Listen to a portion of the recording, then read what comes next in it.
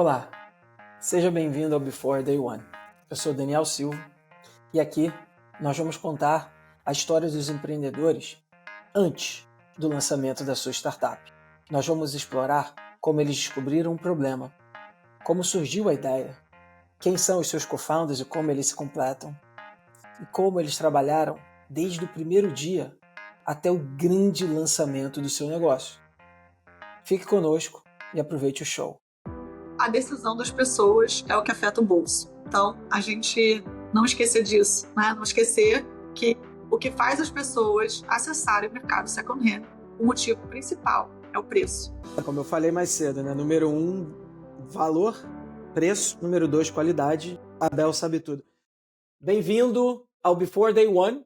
Hoje, nosso episódio 001, com a Bel Braga, fundadora da Bow Bags. Nessa temporada, vamos falar do mercado de segunda mão, ou second hand, um mercado que está explodindo não só no Brasil, mas no mundo todo. Os números são colossais e que no Brasil já produziu um unicórnio, que é a Enjoei, que fez um IPO, acredito que 2 anos atrás, na Bolsa. Não está tradando tão bem quanto já foi, mas só mostra o potencial do mercado brasileiro. Bel, seja bem-vinda, muito obrigado por participar aqui da gente desse 001 do mercado de segunda mão. Oi, gente. Oi, Dani. É um prazer falar sobre esse tema, um tema que me inspira todos os dias há mais de 10 anos e eu de verdade acredito não só nesse tema como negócio, mas como escolha pessoal de vida também. Muito bom. Bel, 2 dias atrás eu estava correndo na esteira e apareceu um podcast com o David Vélez, o fundador do Nubank, e ele contava como é que foi a entrevista para ele trabalhar no Sequoia. E a primeira entrevista foi com Doug Leone, né, que é o Papa, o Don Corleone de tudo isso. E ele conta que nessa primeira entrevista o que chamou a atenção eram as perguntas do Doug, que ele estava muito mais interessado em quem era o David Vélez, né, a sua relação humana, a sua história de vida, do que, né, como é que ele via o mercado. Eu acho que eu vou me inspirar um pouco nisso aqui e vou começar te perguntando, quem é a Bel? Ah, legal isso.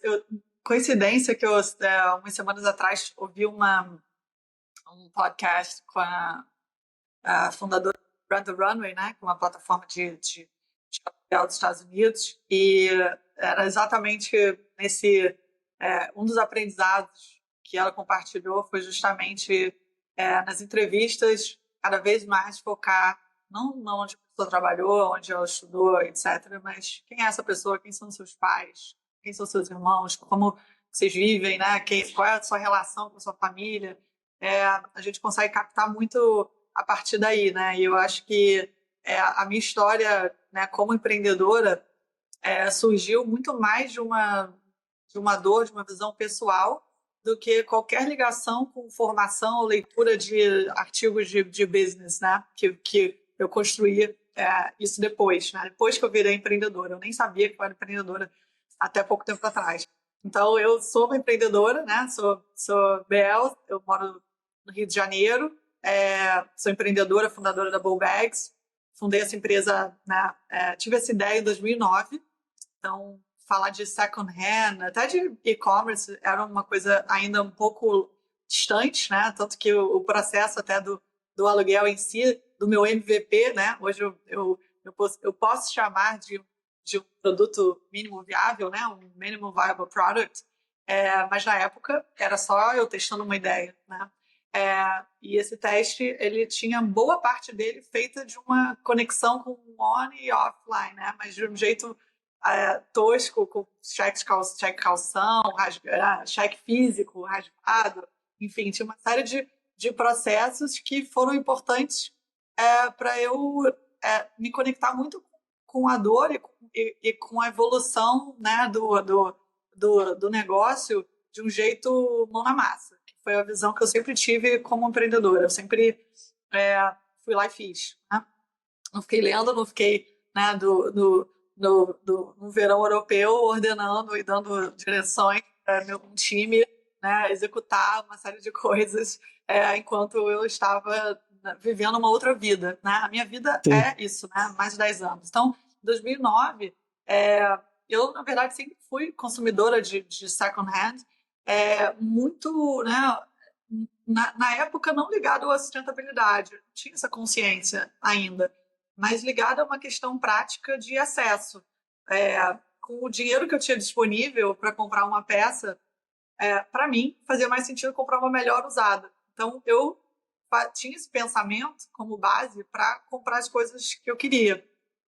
Eu gostava de coisas especiais, coisas legais, e eu dava um valor inteiro ao original, e ter uma peça que inspirou as outras, né, e não comprar inspirações mais baratas. Então eu realmente, né, e não tinha grana para comprar a original nova. Então era uma questão de limitação e de visão de escolha. É, mas como, né, e quando eu fui, né, evoluindo na minha carreira, trabalhando, né, trabalhei com moda há muito tempo, trabalhei com consultoria, depois Conta um pouco da sua carreira, Bel.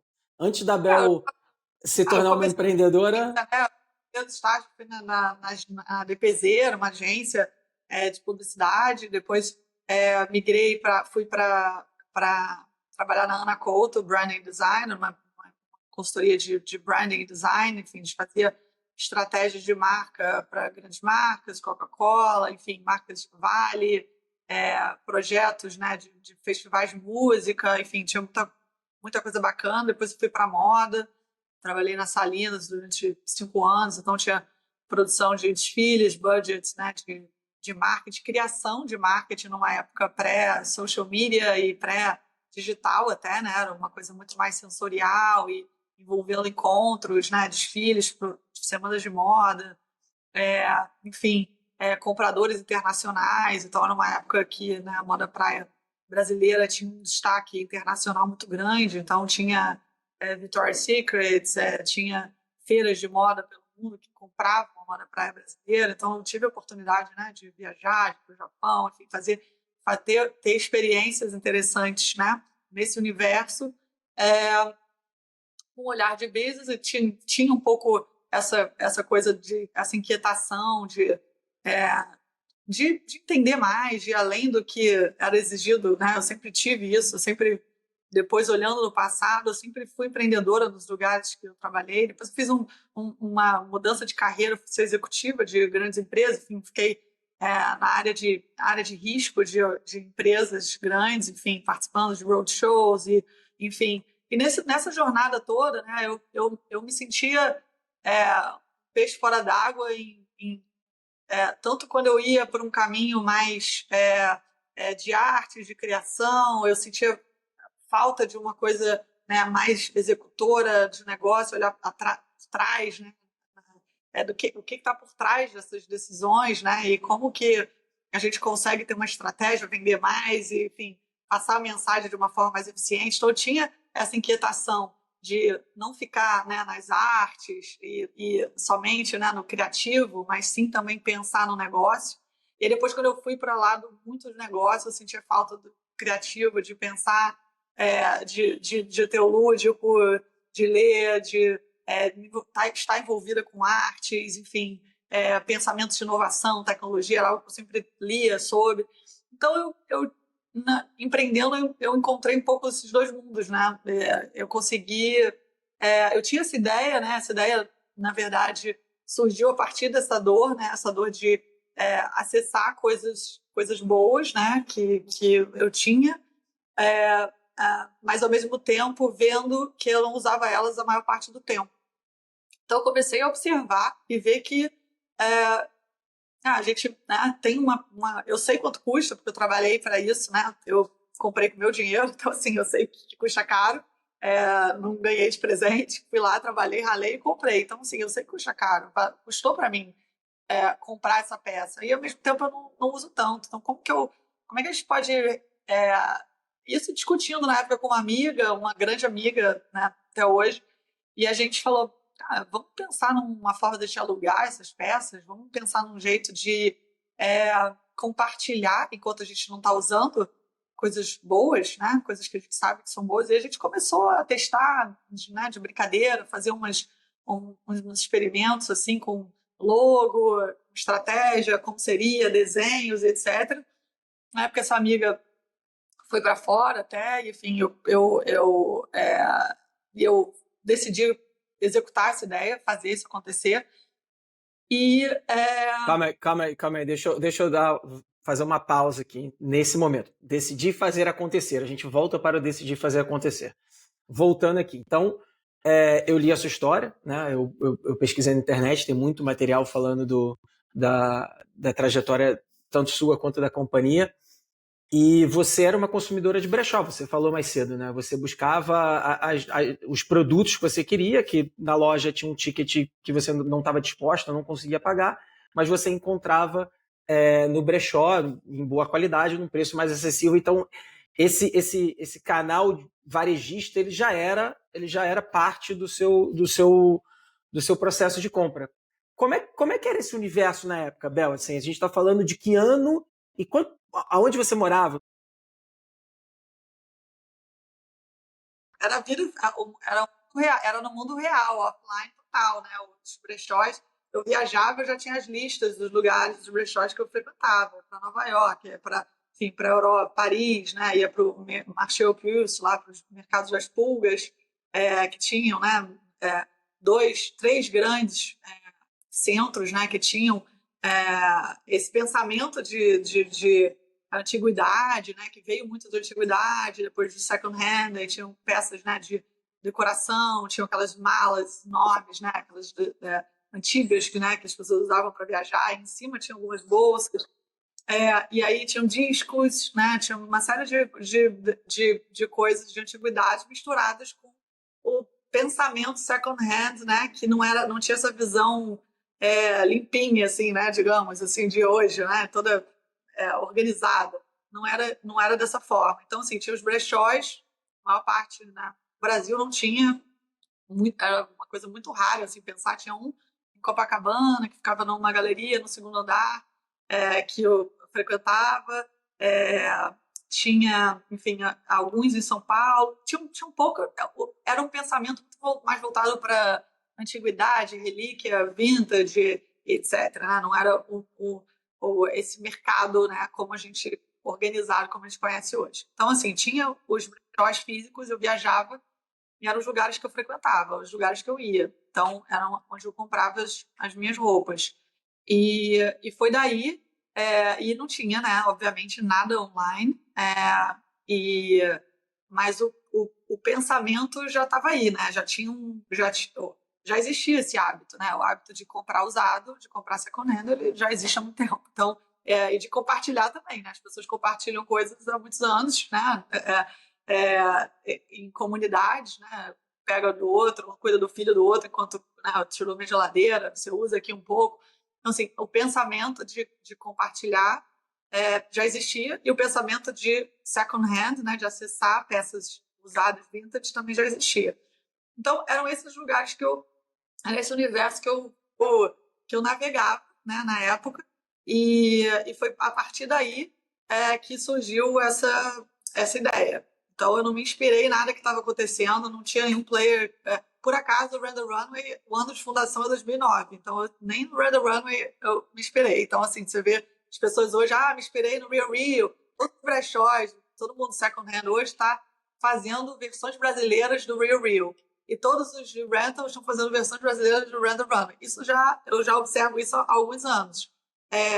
E aí vai desde as lojas. Agora o Real Real tem loja. Aí os brechós, os players de second hand brasileiros vão lá e abrem a loja. Loja igualzinha do Real Real e todas são iguais. Só que o Real Real está fechando loja, porque não foi uma boa ideia abrir toda a loja. E aí vamos ver o que vai acontecer aqui, né? Então, assim, eu acho que... e aí já acelerando no tempo, né? A gente olhando para hoje... acho que falta inovação, né? Falta o pensamento, número um, de ser uma dor verdadeira, né? De ter pessoas, empreendedoras hands-on ali, né? Mão na massa, entendendo essa dor e executando junto. E falta uma visão de inovação e tecnologia, porque aí voltando um pouco no tempo também, quando eu tive essa ideia e fui testando, né? De um jeito com as minhas bolsas e mais algumas que eu adquiri para fazer esse MVP. E a partir daí, mas não era um processo online, a pessoa não finalizava a transação online, a gente não era um e-commerce, né? A gente tinha basicamente um blog ali com umas peças e as pessoas iam escolhendo como um catálogo e aí mandavam um e-mail e, enfim, todo o processo era feito de um jeito é, mais offline do que online. E aí, 2013, né, que eu realmente comecei a estudar sharing economy e olhar isso com uma outra roupagem mais profunda. Eu falei, bom, eu entendi isso aqui. Até então era uma coisa quase engraçada, assim, quase piada, sabe? Tipo, aquela ali aluga bolsa, aluga. Gente, que loucura é essa? Eu lembro que eu fui até no programa da Fátima Bernardes como a louca personagem que alugava a bolsa. Então, assim, era realmente um negócio assim de papo de maluco. Alugar, comprar uma bolsa usada e alugar para outro. O que é isso? Quem que vai fazer isso? Ah, é para show off? Ah, é para né, para aparecer com uma bolsa Chanel? Então, assim, o pensamento estava muito voltado para o show off, para o estranho, para o. Ah, quem vai fazer isso? E aí, na época, eu comecei, né, a estudar sharing economy e cases como Airbnb, Uber, que estavam, né, crescendo, surgindo. Né, já existia, o Uber já tinha experimentado, 2013 foi a primeira vez que eu peguei um Uber. Estava indo, aliás, 2012, estava em São Francisco, indo, né, para Palo Alto, enfim, depois fomos morar lá, mas na época a gente estava testando, eram uns black cars, né, assim, uns carros todo chique, achei fantástico eu sair de um ponto e parar em outro e com meu cartão ali, né, pagando tudo sem eu mexer na carteira. Eu nunca tinha dinheiro, nunca fui uma pessoa que tinha frequência de tirar dinheiro do banco, andar com as coisas e fazer as contas, o quanto eu ia gastar no carro, no táxi. Então, para mim, realmente, eu falei, gente, isso aqui abriu o mundo para mim, assim, essa possibilidade de poder entrar nesse carro, esse cara me levar para um lugar, depois ele leva outra pessoa. E aí esse pensamento ficou dentro de mim ali, muito forte. E aí, olhando também Airbnb e começando a estudar esses cases, eu falei, bom, eu faço isso, gente. Isso que esses caras fazem é o que eu faço. Eu preciso agora me preparar. Eu estava terminando meu MBA na época e tal, eu falei assim, quer saber, vamos partir para uma experiência. Eu e meu marido, a gente foi, né, os dois né, a gente saiu dos nossos trabalhos e, e eu falei, bom, vou me dedicar a isso, mas eu preciso entender, né? Não era, como eu falei, eu nem conhecia um empreendedor. Eu não tinha sequer no meu ciclo de amizades uma pessoa que eu falava, bom, esse meu amigo é empreendedor. Eu tinha empresários, né, pessoas que eram empresários ou trabalhavam em empresas. Então, para mim, essa realidade, assim, eu tinha uma matéria na faculdade, no MBA lá, que era o empreendedorismo, que hoje até por acaso meu professor era o Duton, Rafael Duton, que depois até Grande investiu amigo. numa nossa, né, uma fintech, a gente fez uma ferramenta fintech dentro do nosso negócio, ele tá, hoje em dia é um dos investidores dela, mas enfim, tinha essa matéria, empreendedorismo, que foi, né, onde eu falei, bom, legal, isso aqui é uma possibilidade, né? Eu posso fazer isso, né? Isso pode ser uma profissão.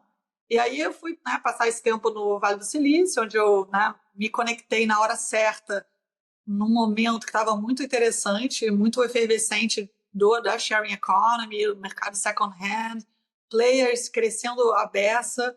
Eu pude me conectar, entrei numa organização que estruturava a sharing economy nos Estados Unidos, que era o Peers.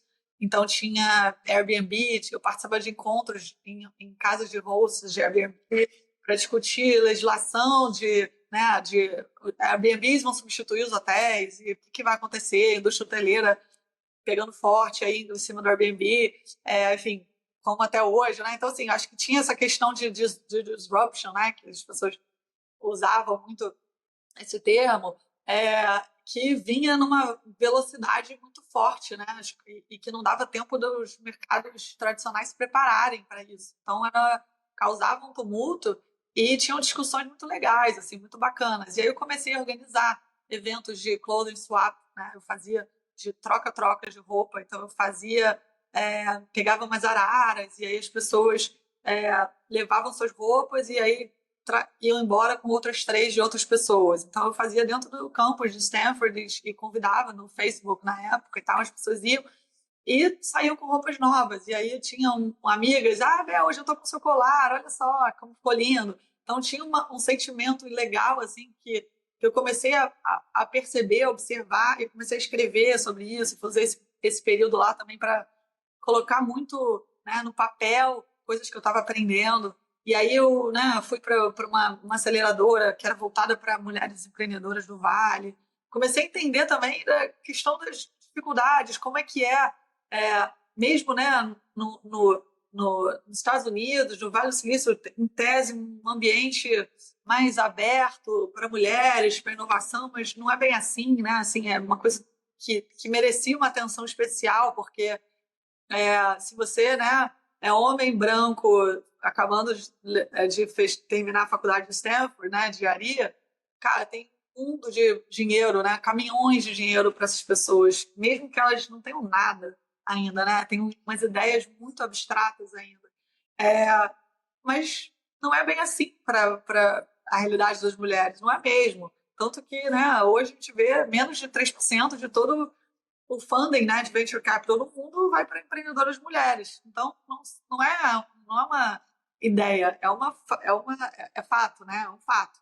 Então, tinham dificuldades que, nessa aceleração, eu consegui entender e aprender um pouco como superar, e também de um jeito leve, porque não adianta a gente também viver de um jeito ressentido ou rancoroso, porque não é por aí que a gente vai construir, né? Não vai construir um caminho mais igualitário, de mostrar outras possibilidades, né? Mas eu vivi muito isso, assim, eu voltar para o Brasil, então, quando eu fui, né? E eu voltei com duas certezas, que era uma que eu tinha que, né, ser a plataforma, eu tinha que ser a plataforma que podia possibilitar essa troca, né, esse compartilhamento acontecer. E segundo, que eu tinha que captar funding para poder crescer, acelerar esse crescimento e me dedicar a esse negócio, né, 100%. Então, precisava de recursos para poder justificar que eu ficasse nesse negócio o tempo Isso aqui é todo. ano, Bel? Isso foi em 2015. E eu já estava grávida. Aí nasce minha filha em fevereiro, e aí eu, tipo, né, antes disso, pensando, né, como que eu vou fazer, enfim, estruturando para captar, para primeiro montar um time de tecnologia, foi meu primeiro passo, assim, passei o ano de 2015 praticamente todo estruturando isso. E assim, e aí lá eu, né, além disso, eu, né, fui para Rocket Space, aí tinha um CEO de lá que me dava mentorias e era super legal, porque o Uber tinha nascido lá, o Spotify tinha nascido lá. Então, ele, né, em poucos minutos, ele já conseguia, né, às vezes eu tinha assim, Bel, vai comigo andando até o estacionamento, tenho que pegar meu carro. Eu ia com ele, anotando assim, as coisas e tal, e você já me escreveu Chanel no Google e ver o que completa, né? O que aparece depois. Então escreve um post sobre isso, né? Usando. Então ele já estava trazendo conceitos, né? De um SEO based, né? Um conteúdo SEO based para eu ir construindo e criando tração dentro do nosso site, né? Então eu comecei a fazer mais textos, comecei a olhar, né, para como trazer gente, né, para esse negócio. Aí depois era assim, você já pensou em não ter as bolsas, mas ser, né, uma conectora das pessoas que têm e as pessoas que acessam? Porque o Uber, quando começou aqui, eles, né, compraram milhares de carros e eles viram que não era o caminho, que eles, né, obviamente, funcionou para fazer o teste, mas depois precisava, na verdade, ser esse canal, essa plataforma que conecta as duas pontas. E eu estava nesse momento de testar com o meu acervo próprio, né, entender, criar indicadores para fazer um bom negócio. E aí, assim, né, nesse retorno, em 2015, que eu montei um time, que hoje são meus sócios, né, enfim, sócios fundadores, a gente montou juntos, o Pedro e o Thiago, e a gente montou juntos a plataforma, que é a plataforma que você vê até hoje, né? Plataforma que foi lançada em 2016, em agosto de 2016, e é uma plataforma que a gente construiu, o valor da gente ter construído, né, do zero, a gente não vê nada no mercado igual, de verdade. Porque tudo que a gente vê hoje no mercado é um pensamento de que, sim, o second hand é o futuro, a moda é circular, o futuro da moda é circular. A gente vê muito frases, mas, de fato, estão usando plataformas prontas e usando iniciativas comerciais muito fortes, blogueiras, influenciadoras, enfim, muito conceito de comercial, né, de vendas, mas não de inovação, que foi onde a gente acreditou nesse negócio desde o início. Então, a gente conseguiu isso com esse stack tecnológico muito elaborado. E aí a gente lançou lá com o inventário próprio, depois, rapidamente, a gente começou a convencer pessoas a deixarem suas peças ali. Então, você começa em 2009, a louca do aluguel de bolsa. Vai parar na Fátima Bernardes. Então, assim, você ganhou reconhecimento nacional. Você passa um período de suma importância no Vale, fazendo curso, sendo mentorada, você está no momento certo, na hora certa, no surgimento de marketplace, como Uber e tudo. Então, se eu entendi você, de 2009 a 2015, você está fazendo uma série de testes ou de tentativas para entender como é que as pessoas ou como é que o mercado responderiam a esse comportamento de aluguel e de compra de usado. É isso? Basicamente, Esses experimentos foram estruturados? Ou você falava assim, cara, esse mês eu quero alugar 10 bolsas, eu sei que tem o casamento da minha amiga Flávia, eu vou ligar para todas as minhas amigas que estão nesse casamento, vou perguntar se elas querem alugar a bolsa do casamento. Ou você criava uma tese, uma hipótese e rodava? Como é que foi esse período de aprendizado? super legal. Não, em 2009, 2010, basicamente não tinha nada. Assim, era criação, contato social, enfim, um negócio mesmo, como esse formato meio blog, foi 2011, 2012, que era uma coisa muito experimental. Não tinha, tinha modelos, tinha conhecimento empírico, claro, do que ia funcionar, né, que modelos iriam funcionar, etc., que eu enfim, já tinha em toda a minha trajetória material para tomar essas decisões, né, e comprar bem, conseguir negociar bem, enfim, ter um acesso Você a bons. comprava? Eu comprei algumas, usei algumas minhas, comprei algumas, e aí, a partir daí fiz esses testes e comecei a testar.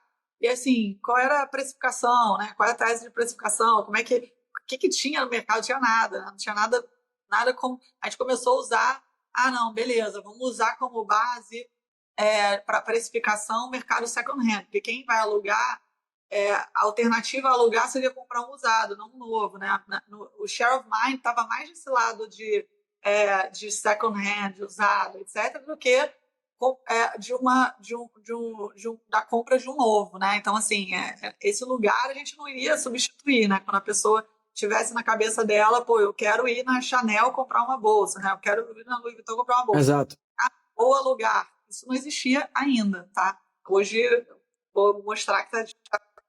Como consumidora e com esse intuito, né, de criar algo dentro desse mercado, a sua tese inicial era um mercado de aluguel ou um mercado de venda? Ou os dois? Os dois. Foi sempre aluguel mais venda. Sempre aluguel mais venda. E o aluguel como experimento para venda, né? Então, e se, né, você puder experimentar itens antes de comprar? E se você puder viver com peças antes de comprar? E se você puder experimentar na sua vida, não no seu corpo, né? E ver se aquilo ali faz sentido nesse momento para você.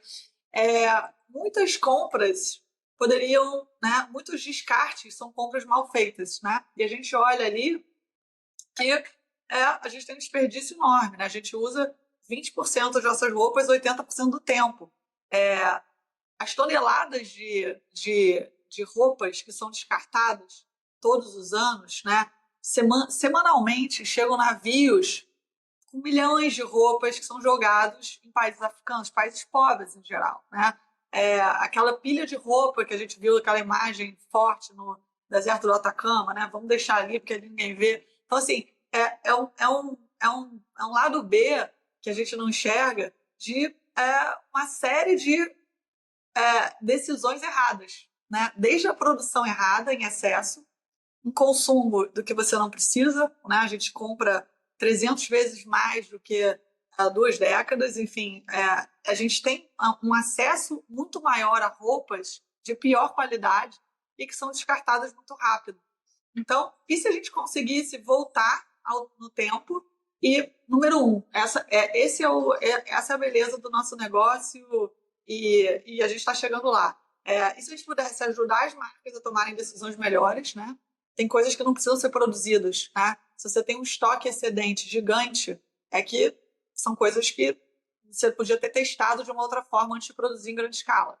Então, assim, tem coisas que não precisam ser produzidas para venda, mas sim para acesso.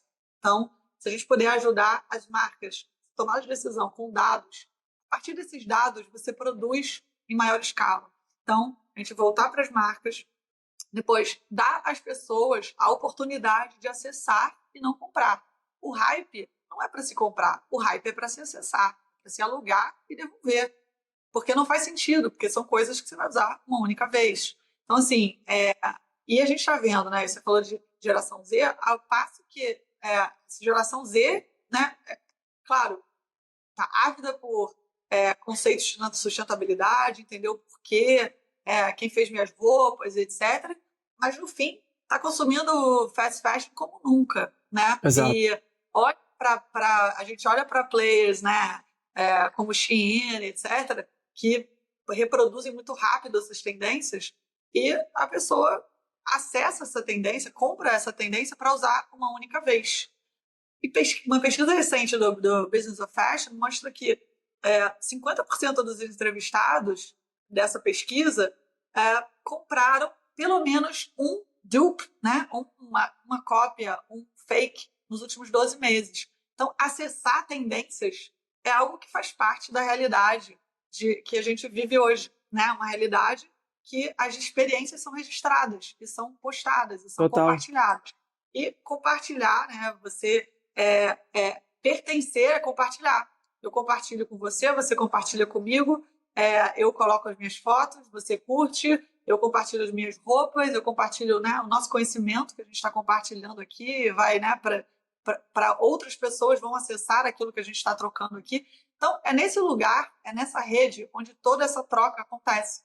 E nessa troca, e para essa geração, nada mais natural do que compartilhar. Então, o momento do negócio, do hábito, que a gente, né, que eu pensei há 10 anos atrás, nunca foi tão real do que agora, né? Onde, o que a gente precisa é mudar o mindset um pouco de acessar coisas melhores, né? Porque é isso, se quer sustentabilidade, o que você está fazendo hoje, qual a decisão que você toma hoje para estar alinhado com esses valores que você publica no Instagram, na hashtag ESG, e sustentabilidade, etc.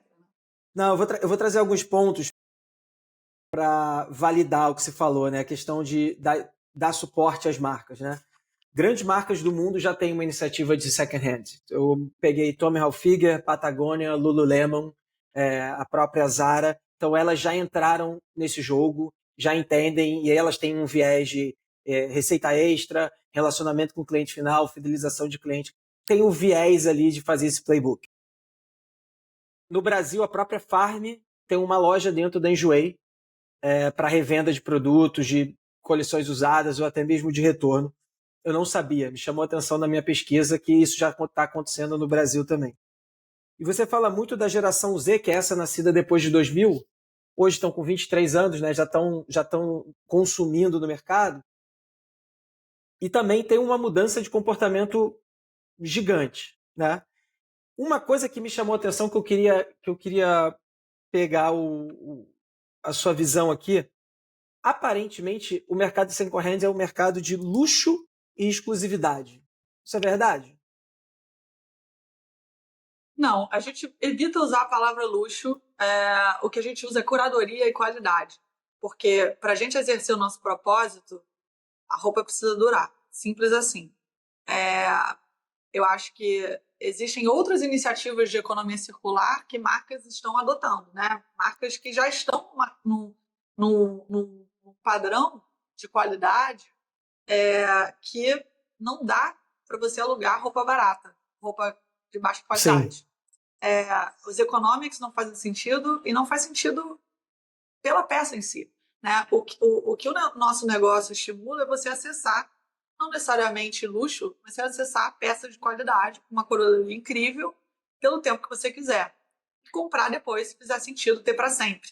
Então, assim, a gente tem, né, e até trazendo a questão das marcas brasileiras, a gente tem marcas brasileiras, a gente, né, tem um projeto com a Animale, né, teve um projeto, a gente iniciou uma relação com o Soma lá atrás, que a gente conseguiu, né, depois de muita conversa e pessoas bacanas ali dentro, a gente ter um diálogo e falar, vamos fazer alguma coisa? Os números não vão ser gigantes, não vão ser, essa é a verdade. Hoje é mais uma aposta do que uma linha de geração de receita relevante. Então, Claro. esse termômetro alguma hora vai fazer assim, né? E as marcas que já estão lá vai ser muito mais natural. Tem um artigo recente, até um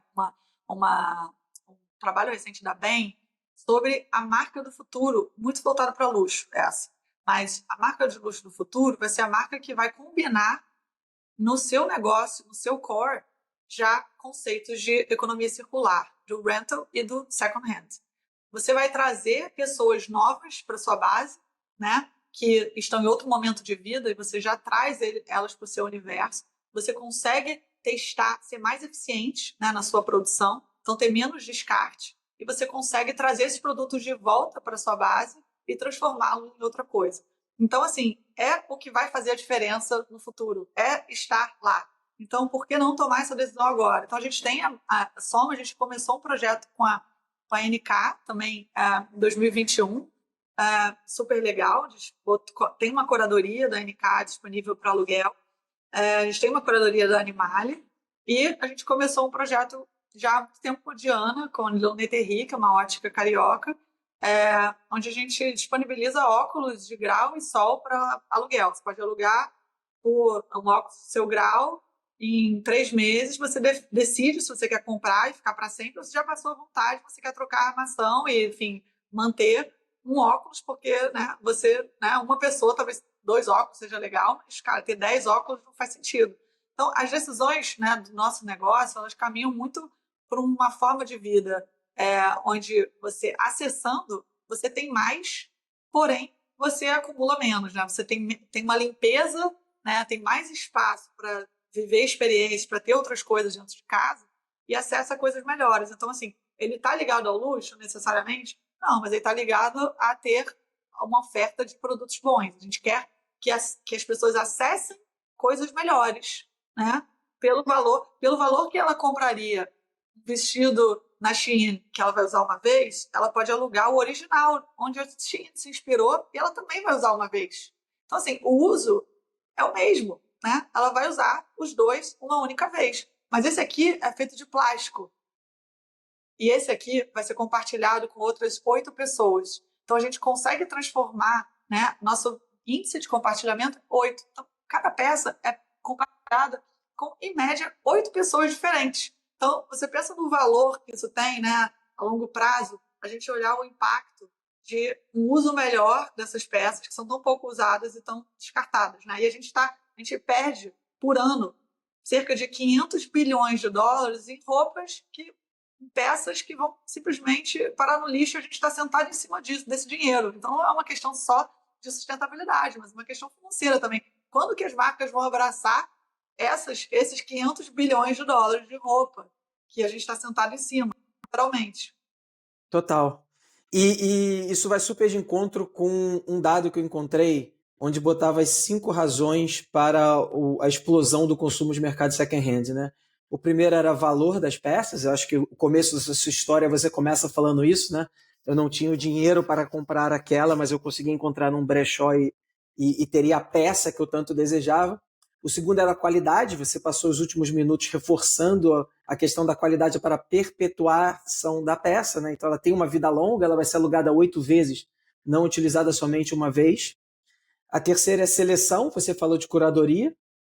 O quarto é conveniência, né? O fato que eu consigo entrar na sua plataforma online gobags.com.br e vejo todo o seu acervo, que eu li hoje que são 10 mil peças, correto, Bel? 10 mil peças. E o número 5 é transparência, né? Então, essa narrativa que você contou durante o nosso bate-papo hoje, ela só reforça o que um dado, né, de uma pesquisa diz das 5 principais razões para a explosão do do mercado de second-hand em escala global, e me chamou muito a atenção esse número, eu até fui fazer uma pesquisa depois, o mercado de second-hand global, ele sai de 138 bilhões de dólares em 2021 para 350 bilhões de dólares projetado para 2027. A gente está falando de 6 anos, esse número quase triplica. Não, é absurdo, e eu acho que, assim, desses pontos todos que você falou, o que a gente ainda é um desafio muito grande é esse da conveniência. Eu não acho que a gente ainda não chegou lá. Ainda não é tão conveniente quanto entrar num fast fashion e comprar. O ponto, para mim, que a gente vai atravessar e por outro lado, é quando for tão fácil alugar essa mesma peça do que entrar no fast fashion e comprar. Hoje, para as pessoas ainda é mais fácil comprar um fast fashion da China, vindo da China, do que o pensamento de alugar. Mas isso vem mudando. E a gente vem percebendo isso muito na oferta certa. Porque que esse mercado vai explodir, né, todos nós já temos a certeza. Mas quem vai durar? Porque esses econômicos são difíceis, tá? São SKUs únicos, né? Você ter a oferta certa. Eu vejo as pessoas focando muito na oferta, no volume da oferta. Mas se a gente fosse focar na oferta, tudo que ofertam para a gente, daqui a pouco a gente tinha que ter um estádio de futebol para armazenar tudo que oferecem para a gente, porque as pessoas cada vez menos ligam para as coisas que elas têm. Então, tá por aí transferir da sua casa para um depósito? Não tá por aí. A gente começou a rever isso há 3 anos atrás, quando a gente viu a nossa oferta explodir e a gente falou, a nossa oferta explodiu, mas as nossas filas de espera continuam. Então tem alguma coisa que a gente está fazendo errado aqui. A gente tem que direcionar essa oferta, porque a gente tem os dados, né? E aí, voltando atrás na decisão de ter uma plataforma proprietária com todo esse stack de features, de desenvolvimento que a gente vem fazendo, né, nesses últimos 6 anos. Então, a gente tem os dados, a gente sabe a rentabilidade, a gente tem cálculos de payback dessas peças, a gente consegue agrupar isso e ver similaridades entre as peças e descobrir, né, e direcionar o que a gente precisa, que as pessoas estão com fila de espera ainda. E a gente já tinha esse pensamento meio fintech, né, dentro da nossa operação, mas a gente fazia isso informalmente. A gente chegava para um investidor ou outro e falava, compra aqui, está precisando de oferta, assim, sabe? Compra, né, manda uma listagem de peças para esses, né, investidores ajudarem a gente com a oferta certa. Chegou um ponto que a gente falou, cara, não, a gente tem os dados, a gente sabe o que a gente precisa, a gente só precisa do dinheiro. Vamos montar uma estrutura, a gente, enfim, conversando, né, com o nosso escritório de advocacia há um tempo, a gente, cara, vamos montar uma estrutura para a gente poder captar dinheiro para esse acervo. E olha que interessante, foi justamente no momento que, cara, funding secou, né? Ninguém captando mais, etc. Ao mesmo tempo, por coincidência, a gente viu que o nosso caminho estava em captar para a oferta e não para o nosso equity. Então, a gente começou a gente criou o primeiro veículo de investimento em bolsas e artigos de vestuário. Então, isso foi ano passado, há um ano atrás, né? É um veículo que tem uma rentabilidade nos últimos 12 meses de 3% ao mês. Então, assim, a gente conseguiu provar que a nossa tese, né, que a gente usava para dentro, ela é verídica, que são ativos que vale a pena você ter um olhar financeiro para eles. Então, você olhar que, cara, não só o Dani vai ser dono daquela bolsa que vai alugar ou daquela peça de esqui, etc., mas ele vai ser dono de um pool de ativos, né? Ele vai ser sócio de um pool de ativos, né? Então, a gente montou essa estrutura, aí deu super certo, a gente captou o segundo, captou o terceiro, captou o quarto, então a gente criou 4 veículos já de investimento nesses ativos que a gente tinha, né, informação. Usando data science, a gente conseguiu atingir, criar uma solução para um problema que a gente tinha, que era o problema de ter a oferta certa. Então, não adianta só aumentar a oferta, não adianta só ter mais e mais e mais produtos, que é o que a gente vê acontecendo aí. É uma oferta direcionada.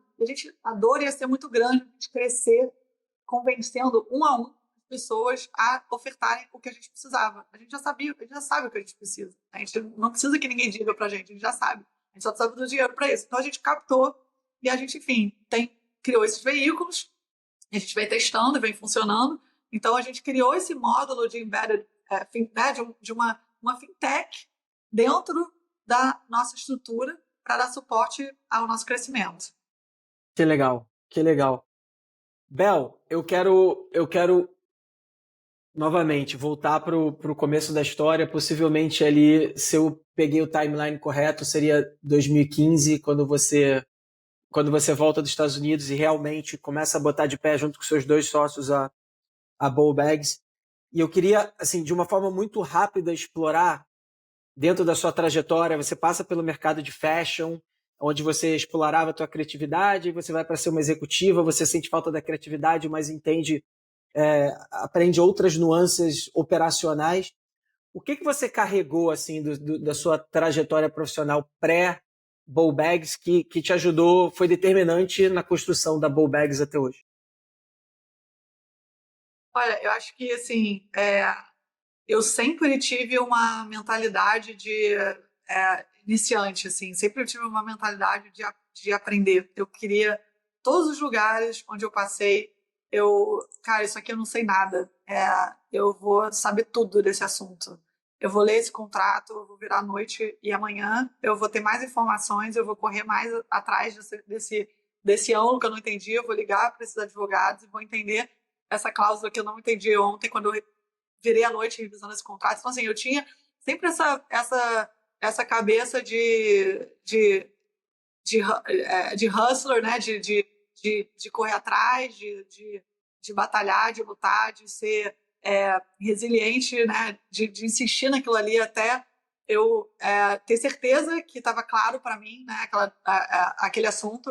E eu trouxe muito isso para Bowl Bags, assim, porque eu tenho milhões de assuntos que eu não domino e que eu tenho que aprender. Aqui, meu gatinho está aqui, gente, tá uma intervenção felina aqui no podcast. Mas tem assuntos todos os dias, né? Todos os dias tem um assunto difícil e que eu nunca vi na vida.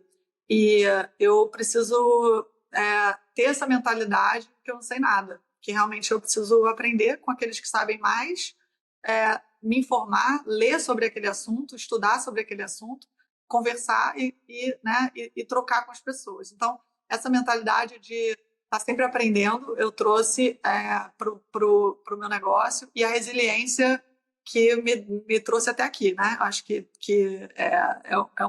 é uma característica de muitos empreendedores, mas com certeza não é diferente comigo. E resiliência e quase teimosia de realmente acreditar que esse mundo, né, que eu sonhei lá atrás é um mundo que é possível, que é real. E as pessoas, né? E outro dia até eu recebi uma ligação, uma pessoa super, né, famosa, conhecida e tal, e falou assim: Bel, a gente esteve na Europa, não sei, numa turnê e tudo. E o que a gente falava é assim: um dia a gente não vai precisar fazer mala, a gente vai pegar umas roupas e vai usar umas roupas super legais, etc. Depois a gente vai devolver. Quando eu soube do seu negócio, eu fiquei encantada. Então, assim, depoimentos como esse, né? Eu acho que a gente trouxe a questão do esqui, né, para a vida, para essa realidade. Assim, foi um teste também, que foi uma coisa super legal. E aí você falou assim: poxa, para a gente trazer esse tema para a massa, a gente começou a achar as categorias que funcionavam, né? A categoria das bolsas, né? A categoria, né, do esqui, que hoje é muito relevante, que a gente começou lá atrás, em 2018, final de 2018, 2019, com uma jaqueta minha que eu coloquei porque realmente não fazia mais sentido para mim. Assim, eu moro no Brasil, não preciso de uma jaqueta de esqui no meu armário, não faz sentido. Botei, no dia seguinte alugou uma cliente lá em Recife. Depois me mostraram uma foto dela usando. Falaram: olha aqui, a sua jaqueta, a pessoa usou e postou. Eu falei: que legal, eu teria, né, se eu conhecesse ela, eu teria emprestado para ela de graça, mas eu não ganho dinheiro. Então, assim, o valor, ela ganhou e eu ganhei, sabe? É uma equação que funciona para todos. E a gente, cara, usa melhor nossos recursos, né? Tem um pensamento mais leve. Então, olhar isso, ver esses exemplos, tornam, né, o meu dia pequenas vitórias que tornam esse propósito ainda mais real, né? Assim, pô, tá acontecendo, sabe? As pessoas estão fazendo isso, muitos negócios, né, de second hand, de rental. A gente abriu um braço de B2B, que é o B-Rental, que a gente falou, cara, a gente fez uma plataforma muito maneira, que todo mundo, sabe, não existe no mercado, ninguém fez isso. E tem muita gente querendo alugar peças, tem um olhar de SKUs únicos, tem um olhar de logística reversa, etc., que as plataformas não têm. E aí, cara, a gente recebe todos os dias pessoas, quero abrir um negócio de aluguel de árvore de Natal, quero abrir um negócio de aluguel de bolsas, não sei aonde, quero abrir um negócio de aluguel de acessórios. E não tem nenhuma plataforma pronta que tem esse pensamento, não tem. As plataformas prontas estão focadas na venda. E aí você tem que fazer uma série de adaptações que acabam que fica muito caro e fica inviável para, principalmente, o pequeno empreendedor. Então, assim, eu acho que, resumindo um pouco essa história, acho que essa história, né, o momento dela chegou, né? Eu acho que tem até uma frase do Vitor Hugo, que não é nada, algo como, não é nada mais poderoso do que uma ideia cujo tempo chegou. Então, você tá junto do tempo, né? A sua ideia tá alinhada com o tempo, é muito poderoso e algo que é descritível, né? Você poder ver outras pessoas embarcando aí nesse conceito com você. Animal, Bel. Que papo maravilhoso. Eu vou te contar uma coisa. Durante vários momentos da nossa conversa, eu estava de olho aqui no cronômetro e eu ficava anotando que é para depois eu voltar nessas cápsulas, né, nessas frases que você falou. Eu tenho 1, 2, 3, 4, 5, 6, 7, 8, 9, 10. Eu tenho 11 momentos desse bate-papo que para mim são highlights. E a gente está chegando aqui no final, porque o objetivo é ser um episódio curto. E eu tenho aqui mais 3 bullets que a gente vai bater de uma forma rápida. E eu já vou usar o gancho de uma frase que você usou há poucos segundos, minutos atrás, quando você fala aquilo que eu sonhei lá atrás, né? Aquilo que você sonhou lá atrás em 2009, fala pra gente o que é a Bowl Bags hoje em 2023. A Bowbags é uma plataforma de experiências onde você pode viver, experimentar itens de desejo, uma curadoria incrível de mais de 10 mil peças e comprar o que você amar e quiser ter para sempre. Uau, 10 mil peças. Fala um pouco aqui, você falou mais cedo de óculos, falou mais cedo de bolsa, né, que eu acho que foi o produto original, falou de roupa de esqui, eu também vi no site hoje de manhã sapato, pode ser? Tem alguns sapatos, mas, enfim, sapato a gente foca mais no second hand, né, a venda. Então, quase todos os produtos estão disponíveis para aluguel e venda. Os que não têm preço de venda, as pessoas podem fazer uma oferta e se o dono topar, elas compram. Então, é uma possibilidade assim de você viver, né, acessar, entrar no mundo, né, e quando as pessoas compreendem que quando elas entram no mundo do acesso, elas têm mais do que quando elas compram, é incrível. As pessoas conseguem descobrir que você pode variar, ter, né, um armário dos sonhos, está na nuvem, né, que você pode pegar e usar quando você quiser e devolver. E completar, né, looks de viagem, malas de viagem. Então, a gente tem desde malas, né, algumas malas especiais, weekenders, né, coisas para passar o fim de semana e variar, óculos, né, ter cada mês, ou enfim, de 3 em 3 meses, trocar, ao invés de ter 15 óculos parados em casa, você tem um de cada vez, ou 2 de cada vez. E faz sentido financeiramente, né? Então, financeiramente e como leveza, como, né, decisão, né, poder de decisão de você poder usar o seu espaço de casa para outras coisas, né, e não para acumular coisas que você não usa.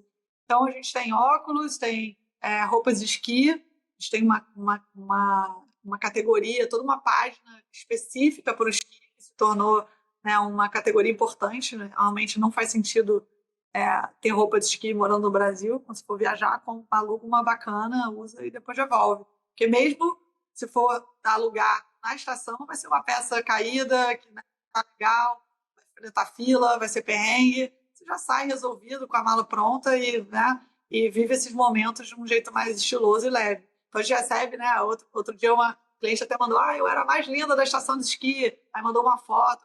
Legal, ela realmente, a gente trabalha a autoestima, né, das pessoas podendo acessar e usar uma coisa super legal. Talvez ela nem tivesse uma foto se ela não estivesse acessando, né, usando a peça que ela sonhava ter. Né? Por ela usar essa peça, ela se sentiu confortável e bonita para tirar uma foto. Então, isso é super legal. E a gente tem o esqui, tem as bolsas, claro, foi onde a gente começou. A gente tem roupa também, né? Tem as roupas de pessoas, né? Vestidos, enfim, a gente foca em peças mais atemporais, em peças que caibam em mais corpos, né? Peças que sejam, né, vestidos midi, não sejam vestidos longos. A gente sempre pensa na durabilidade e na possibilidade de compartilhamento. Então, a gente tem desde marcas que, né, são consolidadas, com quem a gente se associou, fez parcerias para trazer um acervo para cá, como eu falei, Animale, NK, a Luneterie, Lilac, de biju, então umas peças super incríveis de carnaval, com cristais, com brilhos, a pessoa pode se montar inteira, né, vai para o carnaval, curte e depois devolve, né, até marcas novas, né, marcas que nasceram na nossa plataforma, e a gente vê esse caminho cada vez mais evidente, né, de marcas que surgem já na economia circular, com uma possibilidade de acessar mais pessoas, né, se tornar mais conhecida, para ter um crescimento, né, de uma base, de comunidade, para poder investir no crescimento da marca. Esse viés, eu confesso que não apareceu nos meus estudos, mas para validar o que a Bel acabou de falar, eu tinha encontrado um dado do BCG que diz que o mercado de moda de segunda mão no Brasil vai crescer 20% até 2030. Então, com certeza, é um mercado hot. Bel, falando em mercado hot, para aquele empreendedor, para aquela pessoa que está aqui ouvindo a gente, que tem uma ideia, que é a Bel de 2009, né? Por que o mercado de second hand é um mercado interessante para empreender? E que conselho você daria para essa pessoa começar a investigar o mercado? Olha, acho que um conselho importante é olhar os economics, né? Eu acho que é muito relevante isso, né? É um mercado difícil, as peças são únicas, né? Você não tem um estoque, não tem grade, os itens são únicos, então você divulgar, mesmo uma foto vai ser do produto, você não vai vender 1000 daqueles produtos, você vai vender aquele, acabou, você vai postar no seu Instagram, você vai, né, contratar, fazer campanha, etc. E é um de cada. Então, esse olhar para os economics é muito importante, né? Acho que ele não pode ser descartado. Muito legal. Acho que o conceito do second hand está muito alinhado com o presente, com a ideia do ESG, que é super legal. Só da gente estar falando sobre isso já é uma vitória. Porém, a decisão das pessoas é o que afeta o bolso. Então, a gente não esquecer disso, né? Não esquecer que o que faz as pessoas acessarem o mercado second hand, o motivo principal é o preço. Então, ter isso em mente. Como eu falei mais cedo, né? Número 1, valor, preço. Número 2, qualidade. A Bel sabe tudo. Bel, vamos fechar jogando um ping-pong? Vamos. Vamos Vamos ver lá. se eu consigo. Não, com certeza você consegue. Algum livro que você gosta muito, assim, falando aqui desse universo? Parei. Eu trouxe aqui até aqui atrás da minha Tô meu vendo. de livros. E aí, esse aqui é a minha Bíblia, que eu leio, assim, tô sempre recorrendo a ele quando eu preciso de uma inspiração, de propósito, de como empreender com propósito. Para mim, é o meu verdadeiro ídolo, que é o Yvon Chouinard, né, fundador da Patagônia. E esse livro é o Let My People Go Surfing. É um livro imperdível para quem quer empreender com propósito. Com certeza. E além desse livro, você que está ouvindo a gente, tem muito material legal falando da cultura da Patagônia, dos valores da Patagônia, na internet, no próprio site deles, tem uma coleção de blogs, enfim. Então, é uma super empresa, merece ser investigada, é um benchmark de cultura, de propósito, livraço mesmo. Sim, estou lendo, tô finalizando, eu nunca tinha lido ainda o Shoe Dog, do Phil Knight, estou terminando. Acho que tem muito da rebeldia, né? Como o perrengue é muito presente, a gente, né? Empresa quase quebrando, enfim, o cara indo lá, FBI atrás. Então, assim, acho que tem um pouco da realidade do que é de verdade empreender, né? E os dilemas pessoais até, né? De eu sou a marca sou eu, que se a marca falha, eu falho junto, né? Acho que se ela vai para o buraco, eu fico aonde, né? E aquela expectativa, aí eu vinha o cara lá, o corredor, usava o tênis da concorrência, ele ficava revoltado, era uma coisa pessoal, assim, muito forte. Então, acho que tem elementos ali muito humanos que eu acho que faz sentido. E esse aqui, para mim, acho que o 0 a 1 do Peter Thiel também é muito bom, no sentido de como inovar, como olhar para o negócio num conceito de não ser igual a todo mundo, né? Dos segredos, conceitos muito interessantes, dos segredos, né? De você pensar à frente do tempo e a possibilidade de estar errado, né? Você pode viver com isso, né? Ou não, né? Então tem muita coisa interessante, muitos conceitos interessantes de empreendedorismo ali que eu acho que vale a pena. Com certeza, amo os 3 livros. Shoe Dog, para mim, é uma narrativa incrível de resiliência, né? Assim, como que ele conseguiu sobreviver àquele momento. Adorei o fato, quando eu peguei, que ele não entra no momento Nike, né? Que a gente já conhece, ele conta aquela behind the scenes, no momento pré-histórico da Nike. Então, eu achei muito legal. Depois dessas 3 referências, assim, eu já tomei 3 passadas assim no ping-pong. Eu vou fechar esse nosso bate-papo com te perguntando para você, Female Founder Collective. Você mais cedo falou da questão da mulher, 3% do capital investido dos venture capitals vai para a mulher. Eu vi no site da Bowbags esse logo. Quer contar para a gente, vamos finalizar você contando um pouco para a gente o que é esse Female Founder Collective e como que as pessoas podem participar, saber mais, Na registrar? verdade, a foi fundada pela Rebecca Minkoff, né, que é uma estilista americana, e a gente fez um application em 2020, acho que foi 2020, e a gente foi selecionado, que é um ecossistema, né, de empreendedoras mulheres. Tem alguns, né, hoje no Brasil, não muitos, mas alguns. Eu faço parte de alguns, Endeavor, enfim, alguns grupos. E eu acho que o mais interessante até do que esse especificamente é ter, né, conexões e exemplos no Brasil com quem a gente possa trocar, se inspirar. Eu fui encontrando meus pares, né, minhas parceiras, com quem eu, né, mulheres empreendedoras com quem eu troco e desabafo e Pode converso. citar alguns nomes aqui para gente? A própria Diana, né, da Luna Terri, uma empreendedora que eu troco muito, me inspiro muito na Nathalie Klein, da NK, acho uma super empreendedora e exemplo.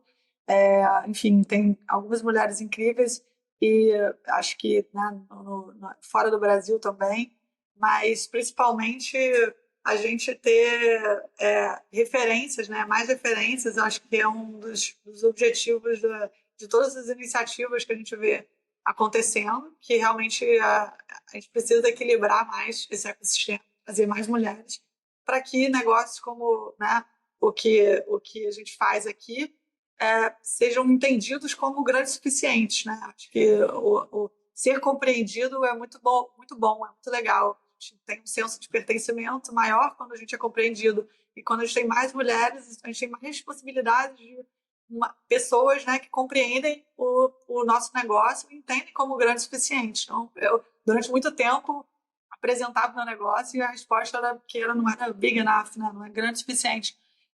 O que pode não ser, mas várias outras verdades não foram surgindo ao longo do tempo, que eu fui também ganhando a confiança de que, cara, ele não sabe de tudo, né? As pessoas não sabem de tudo. O tempo vai dizer o que é grande o suficiente e o que não. Durante muito tempo você achava que grande o suficiente era ter patinete andando na calçada, né? E aí, de repente, todos os patinetes sumiram.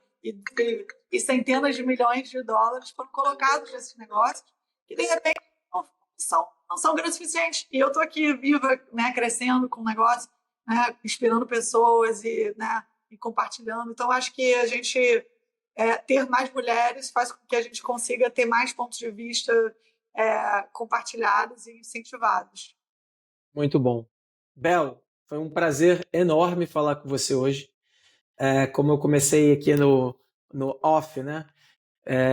Donato, nosso amigo em comum da Orla Ventures, grande amigo, me fala de você há muito tempo e você é tudo isso que ele falava. Foi um prazer enorme conhecer mais da sua história e sucesso.